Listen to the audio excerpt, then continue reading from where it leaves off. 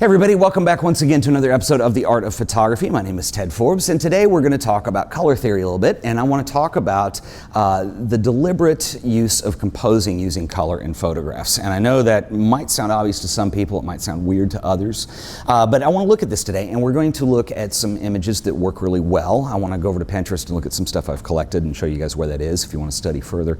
And I want to talk about color in photography. Now, I know this is a weird way to start this, but I want to start it by talking about black and white. And personally, if you guys are familiar with my work, I shoot a lot in black and white. That's just my taste. It's, you know, what I like to do. And people will ask me from time to time, why do you only work in black and white? Well, I don't only work in black and white, just the majority of my work is in that.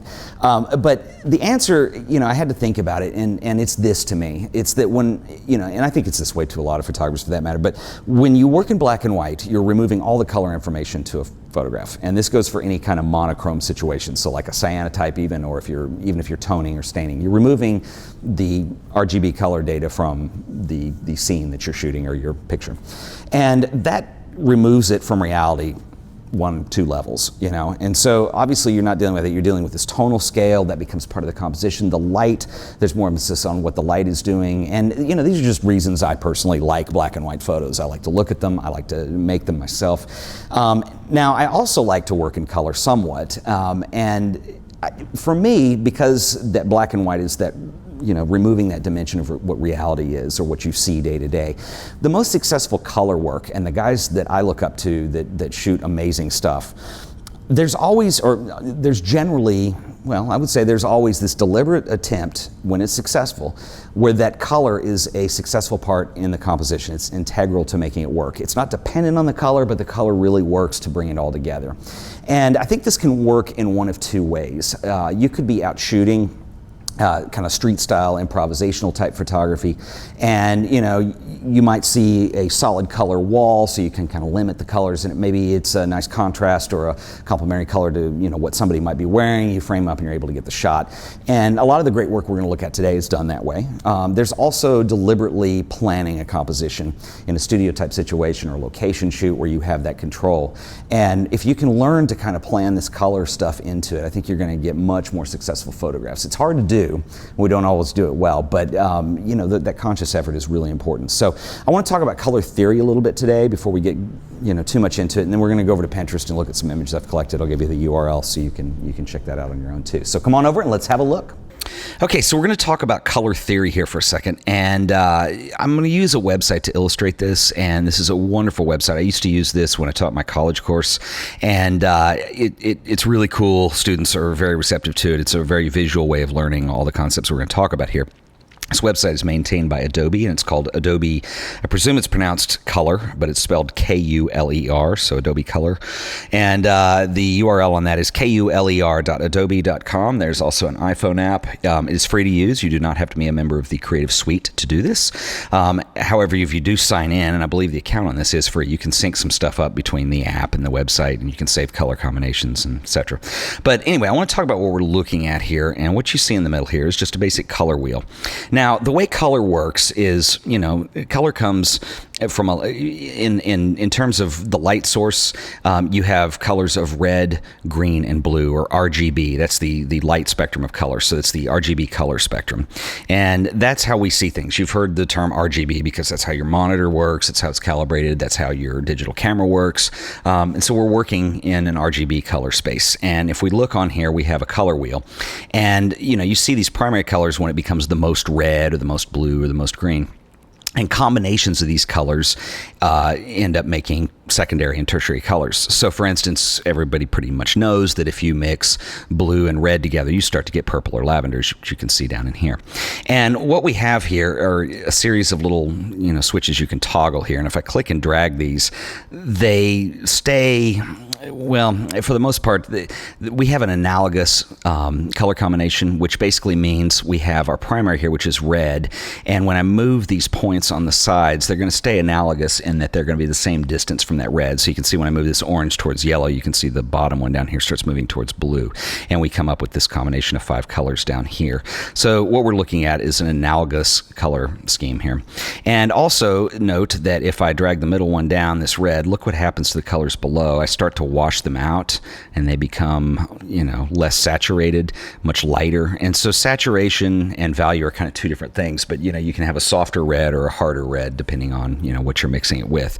And this is how color all blends together. And if I spin this wheel around, I start to see various color combinations that are indeed what we're calling analogous. And this is how these colors are related to one another. So that's what we're defining here. So if I change my color rule to something like monochromatic, you can see that they all stay in various values of one color. And so we think, I earlier referred to monochromatic as black and white.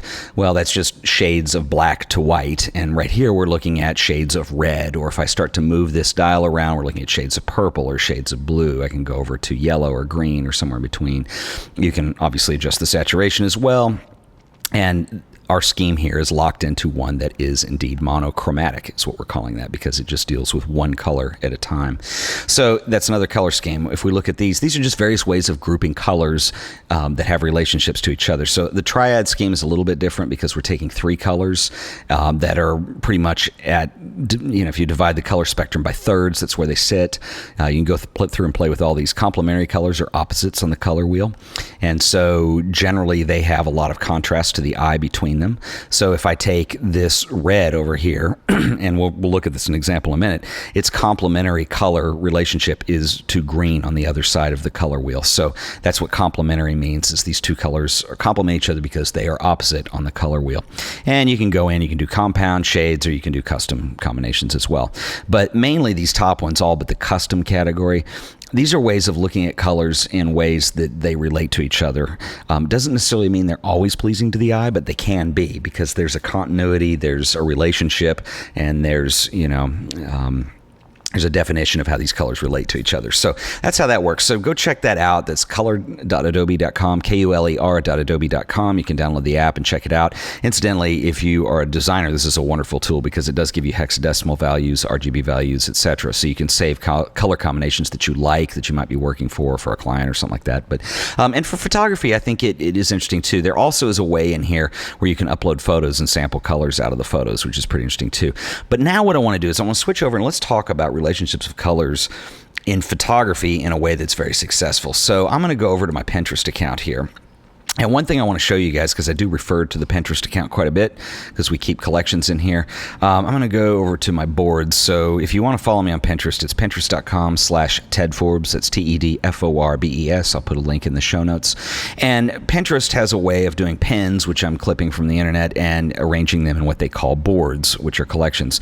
Now, by default, the way the boards work, and we've used these on the show before, you've seen them, the newest boards are always at the bottom of this list. So we're going to scroll to the bottom, and I have one on color theory that I'm going to look at here.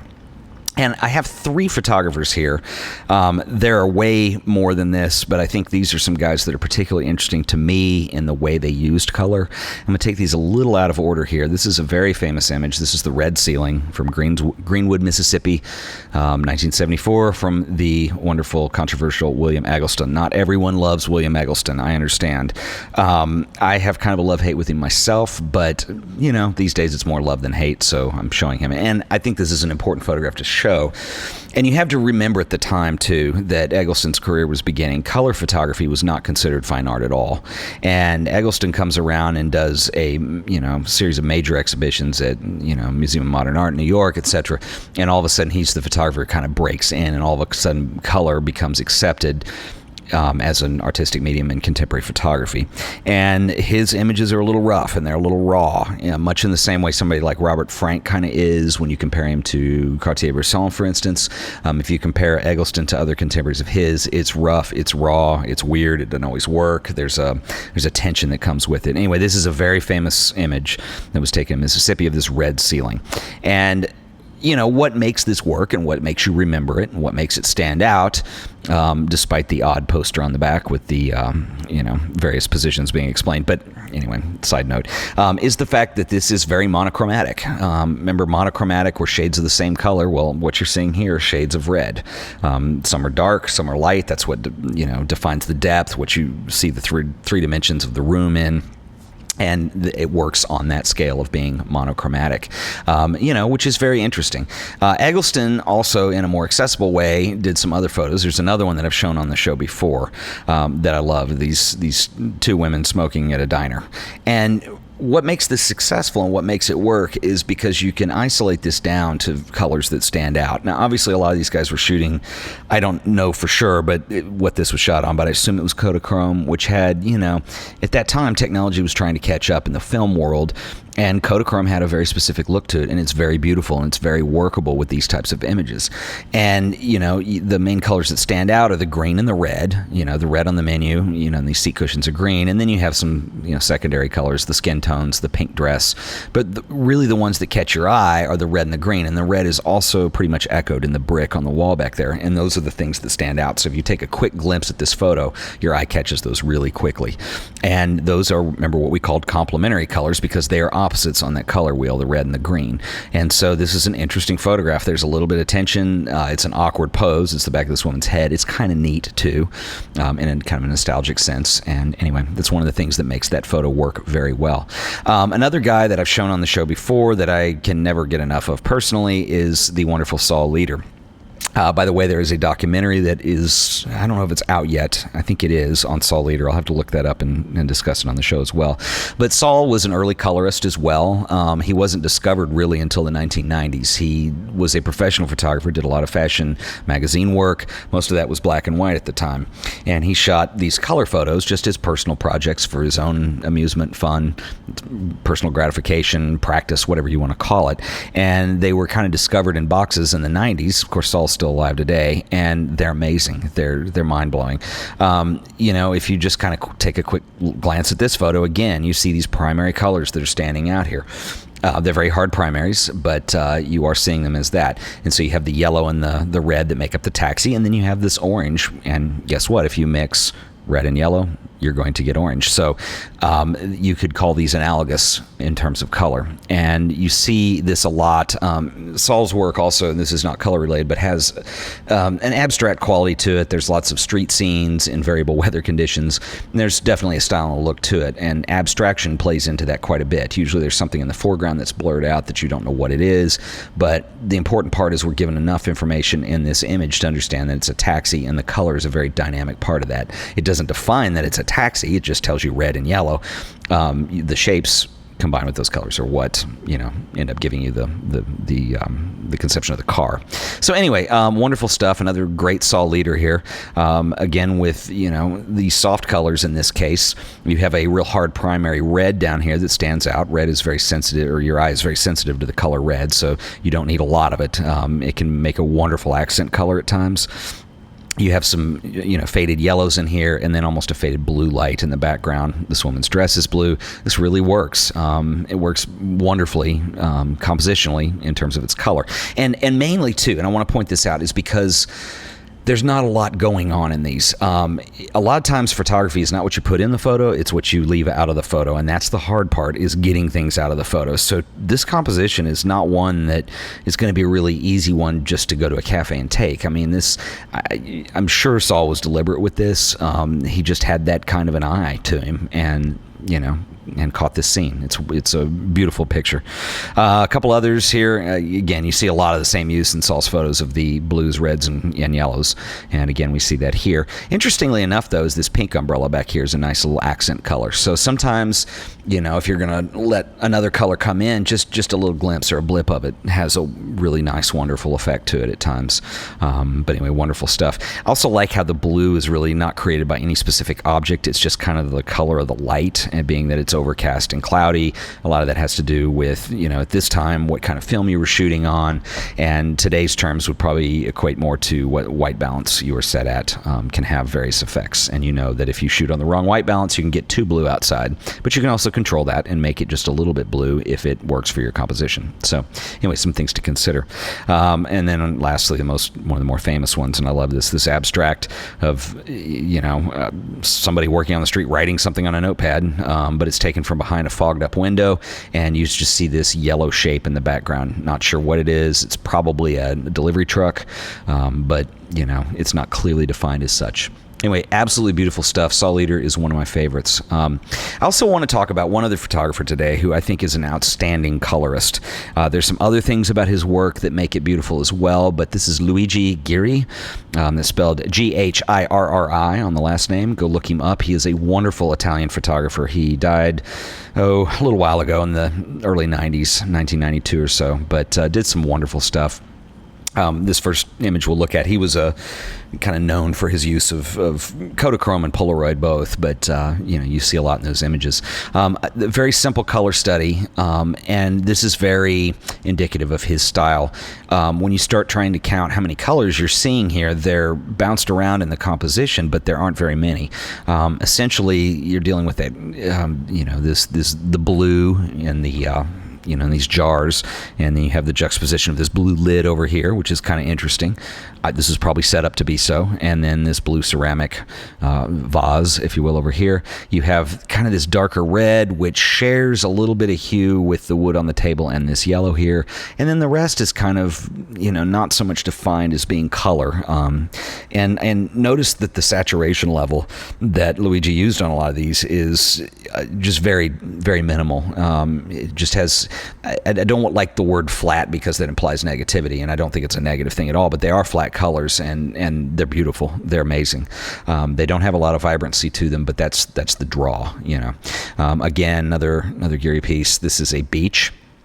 And what's beautiful about this, too, as I opened the link accidentally, is the colors that you get out of this are these turquoise colors of how, the area here where I guess you would play some kind of game or something, this ramp is a turquoise color which matches with the ocean, which is not far from the blue, the colors on the swing set here of the metal. And then, in contrast to those, this blue and red here, it just has a nice feel to it, and it's a very wonderful composition, and the color is a big part of his style.